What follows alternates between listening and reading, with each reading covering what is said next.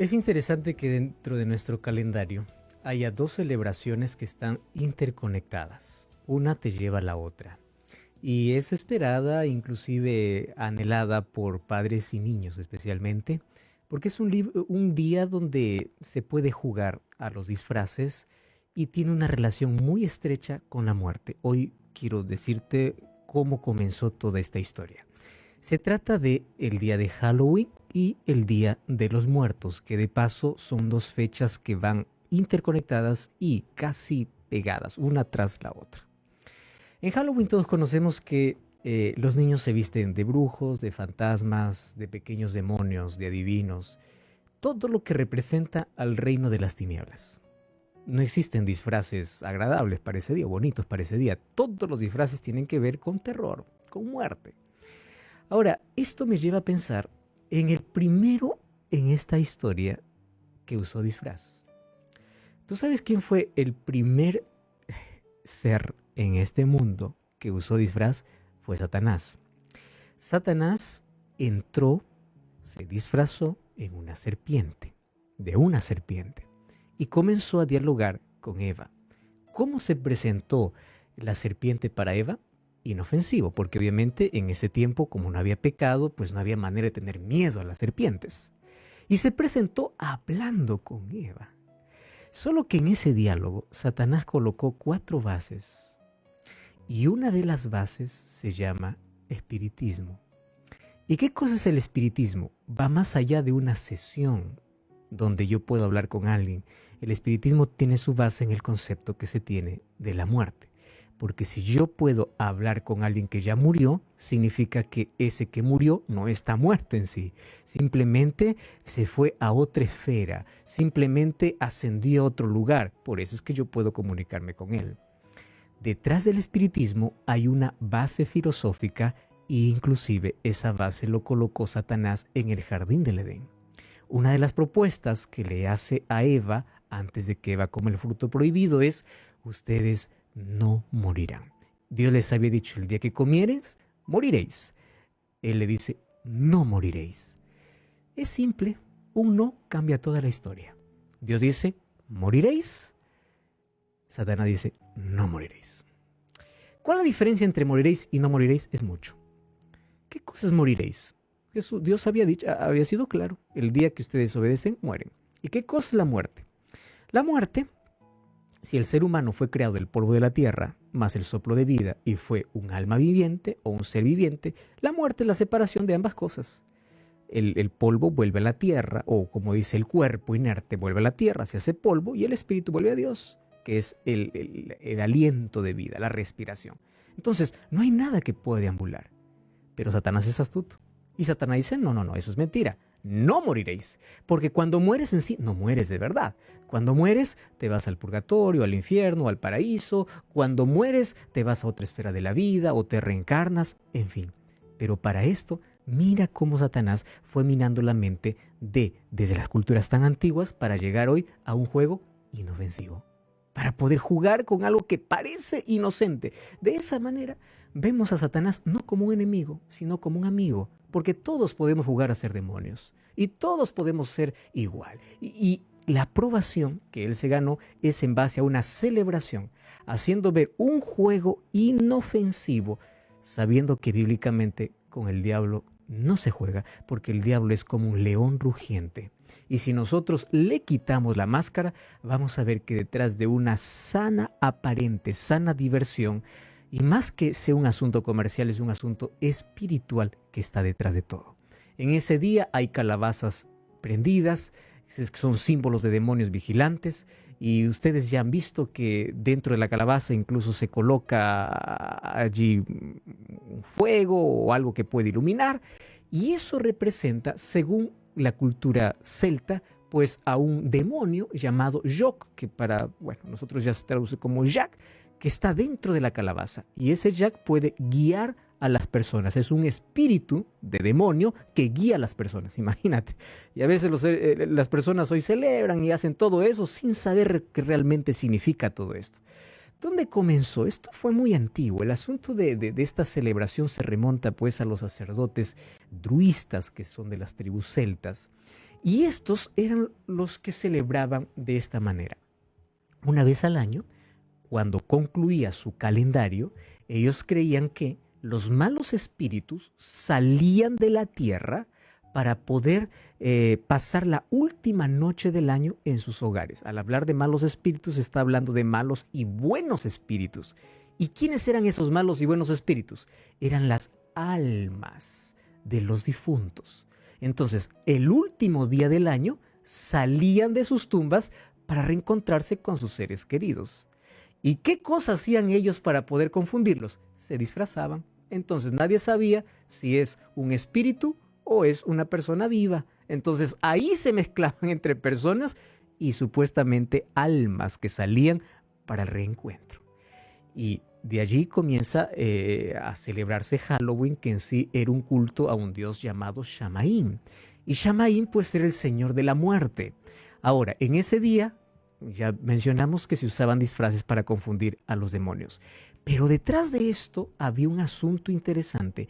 En ese día todos tenían la oportunidad de poder comunicarse con quien querían y aquel que ya murió.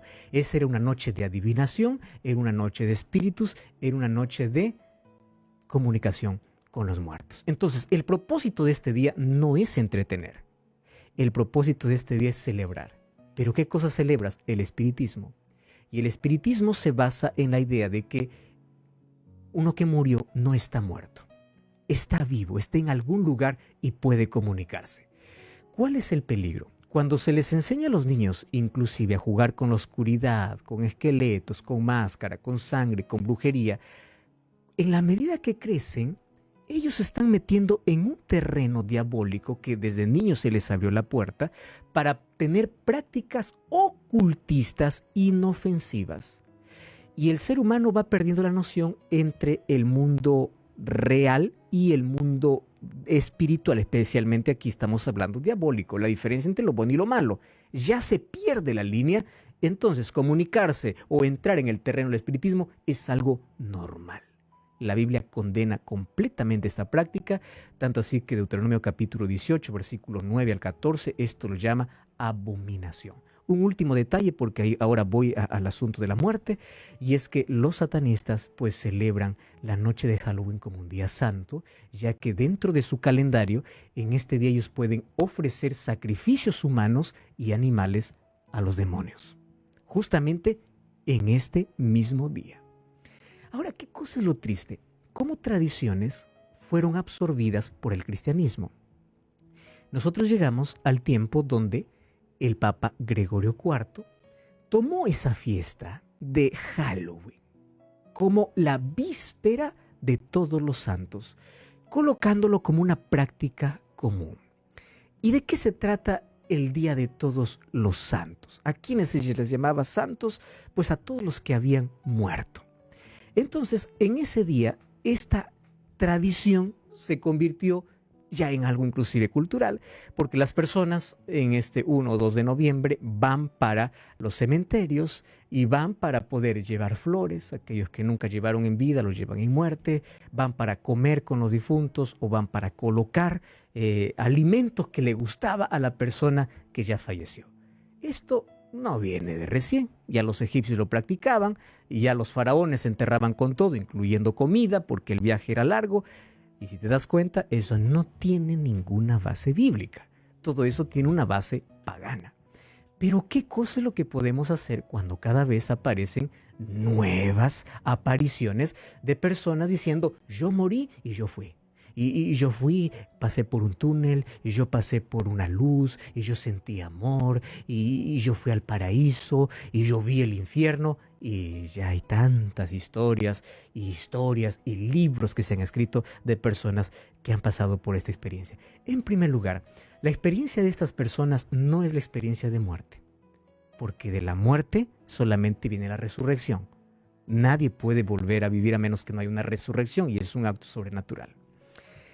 Esa experiencia se llama, ojo, no te estoy diciendo esto religiosamente. Esta experiencia se llama científicamente experiencia de casi muerte, pero no muerte. Y es interesante porque hoy tenemos varias personas que estudian ese asunto. trayendo solamente como ejemplo el doctor Jacques Provenza. Él tiene un doctorado en ciencias de la religión y obviamente él estudia el asunto neurológico, lo que sucede con el cerebro de una persona que está muriendo y de aquellas personas que dicen haber muerto y haber vuelto de la muerte. Y él en su estudio llegó a una conclusión impresionante que tú lo puedes buscar, y esto realmente es extraordinario. Sucede que la persona, o es impresionante, cuando nuestros signos vitales y cuando nuestro cuerpo comienza a paralizarse porque está muriendo, ocurren algunas experiencias inexplicables. Una de ellas, por ejemplo, es la alteración química del sistema nervioso central que se altera. Y cuando se altera esta química dentro de nuestro sistema nervioso, ocurren ciertas alucinaciones, y esas alucinaciones van inclusive a venir en base a tus creencias que has tenido. Mira cómo el cerebro, tú ya sabes que el cerebro puede fabricar imágenes que no existen. El cerebro por el miedo puede ver lo que no existe. El cerebro puede fabricar imágenes. Pero ojo, cuando hay una alteración en nuestro sistema nervioso central, aparecen alucinaciones e ilusiones. Entonces, el doctor Provenza dice así: más o menos ocurre lo mismo como cuando una persona está en éxtasis o en droga. El cerebro comienza a alucinar y comienza a crear imágenes. Cuando existe esta alteración en aquellos que pasaron por la experiencia de casi muerte, entonces ellos dicen así: yo sentí que salí del cuerpo. ¿Entiendes? Yo sentí que salí, yo vi mi cuerpo allí y yo pasé por un túnel y pasé por un lugar oscuro y pasé por un lugar brillante y me sentí en un lugar espiritual y había mucha paz y vi esto. ¿Qué cosa fue eso? Alteración del sistema nervioso central. Ahora, si eso está comprobado ya por el lado de la ciencia, nosotros tenemos un solo camino para poder creer lo que la Biblia dice. Yo te voy a dar algunos textos bíblicos que esto obviamente te va a llevar a profundizar primero tu creencia sobre este asunto. Job capítulo 7, versículo 9 y versículo 10. Dice así, Job 7, 9 y 10. Dice así la Biblia. Quiero que prestes aquí toda la atención. Como la nube se desvanece y se va, así el que desciende al Seol no subirá. ¿Qué cosa es Seol? Seol es sepultura, ¿correcto? Lo voy a leer de nuevo, pero en lugar de Seol lo voy a colocar sepultura. Como la nube se desvanece y se va, la nube cuando se desvanece no vuelve. Se formará otra nube, pero no la misma nube que se desvaneció. Así el que desciende a la sepultura no subirá. ¡Wow! Versículo 10. No volverá más a su casa, ni su lugar le conocerá más. Obviamente. O sea, una persona que murió, primero vamos a derribar todas las sesiones espiritistas. No es que yo puedo escuchar su voz, yo me comunico con él. No, pastor, es que yo lo vi. Préstame atención. Satanás, según el libro de 2 Corintios, se disfraza como ángel de luz. En el libro de Samuel encontramos la primera sesión espiritista dado por una mujer pitonisa de Endor para el rey Saúl, que un día fue para hablar con Samuel, que ya había muerto.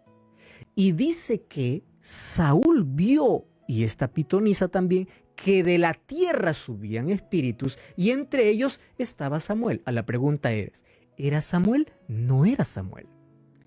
¿Por qué no era Samuel? Claro, porque según la Biblia, el que muere no puede subir, no está en ningún lugar. ¿Quién era? Era Satanás tomando la imagen de Samuel. Cuando hoy dicen, no, pero yo escuché, pero yo vi, es que yo, correcto. Satanás puede probarte haciendo milagros. ¿Quieres pasarte un ejemplo? En el jardín del Edén, la serpiente le dijo a Eva así: yo voy a comer primero y yo no he muerto. En lugar de morir, ¿qué sucede? Estoy hablando. Si tú que hablas, puedes llegar a ser Dios. Satanás te prueba con un milagro que tiene la razón. Entonces yo tengo que creer la Biblia. Dice, aquel que desciende del cielo no sube, no volverá a su casa, ni su lugar se le conocerá más. Entonces, toda sesión espiritista, según Deuteronomio, regresemos al Antiguo Testamento, capítulo 10. Deuteronomio capítulo 10, versículo 9. y versículo 10. Mira qué interesante. Vamos ahí, o capítulo 18, Deuteronomio capítulo 18, versículo 9 y versículo 10. Cuando entres a la tierra que Jehová tu Dios te da, no aprenderás a hacer según las abominaciones de las naciones. No se ha hallado a ti a quien se haga pasar a su hijo o a su hija por fuego, ni quien practique adivinación, ni agorero, ni sortilejo, ni hechicero, ni encantador, ni adivino, ni mago, ni quien consulte a los muertos. Porque todo esto es abominable. ¿Y por qué es abominable? Porque tú no tienes un encuentro con alguien que murió. Mira, te voy a dar un texto más. Vamos al Nuevo Testamento. Juan capítulo 11 habla acerca de la resurrección de Lázaro. Y cuando Jesús resucita a Lázaro, mira lo que dice el versículo 23 y 24.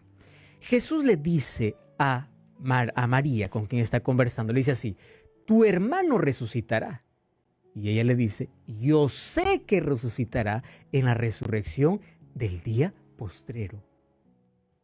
¿Cuál es la creencia de aquellos que creen en la creencia bíblica, en la doctrina bíblica sobre la vida y la muerte? La resurrección ocurrirá ¿cuándo? En el día postrero.